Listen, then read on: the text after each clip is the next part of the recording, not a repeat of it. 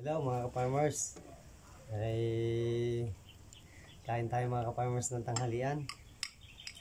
Nakakagutom na mga ka-farmers.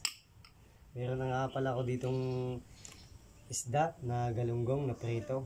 Tapos meron tayo ditong bulanglang. Ayan, bulanglang na kalabasa. Tapos meron siyang patula. Meron siyang sitaw, malunggay. Ayan. Kain tayo mga ka-farmers. Sarap ng sabaw nito.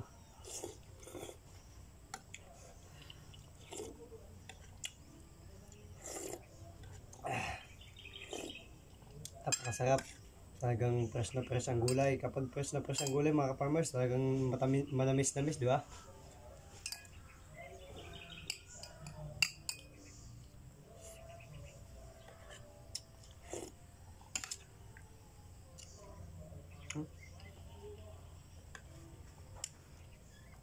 Tikman natin tong isda.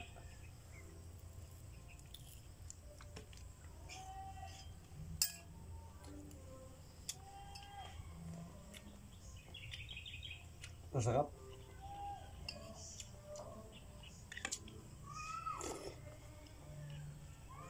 Siya nga pala mga farmers. Birthday ko ngayon. 31 years old na ako. Ngayong araw. Palambing naman sa inyo. Pabati naman ako sa inyo ng happy birthday diyan. Wala akong handa. Ito lang ang aking tanghalian, pero blessed naman ako na binigay sa akin yung sa birthday ko yung isang angel na dumating si Baby Bilal sa akin kahit ako'y walang handa ngayon, pero napakasaya ko dahil nagkameron ako ng isang supling na katulad ni Baby.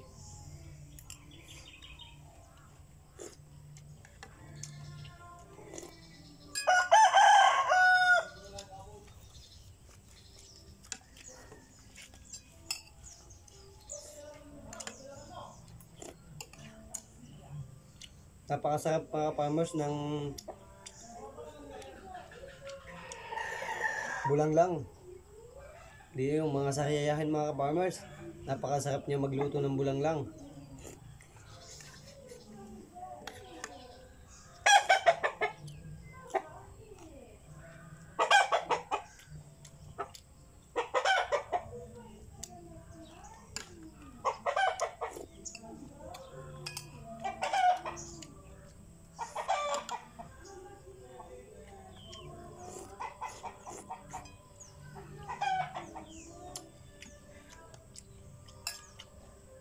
Masarap ng isda.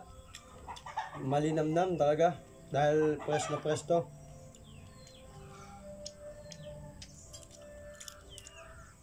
May itlog pa siya mga ka-farmers.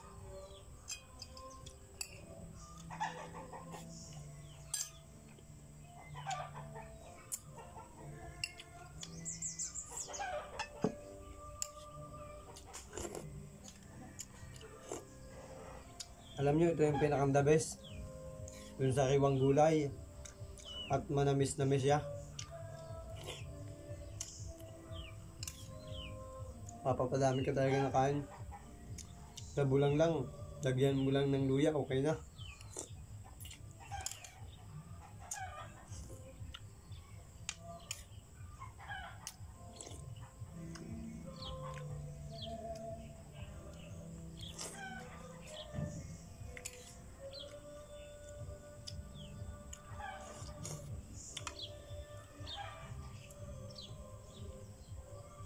Kain tayo. Napakasarap ng bulanglang.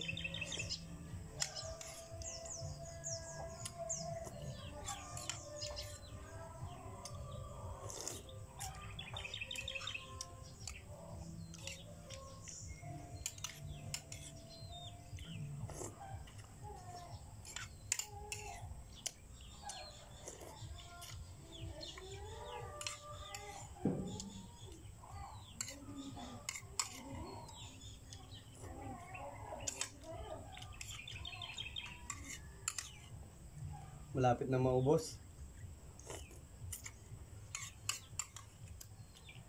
Alam nyo ba yung gulay na bulanglang, napakasarap at napakasustansya.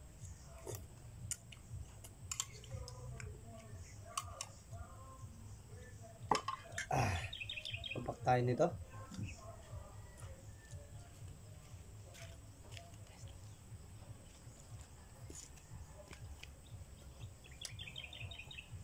Sarap mga farmers. The best.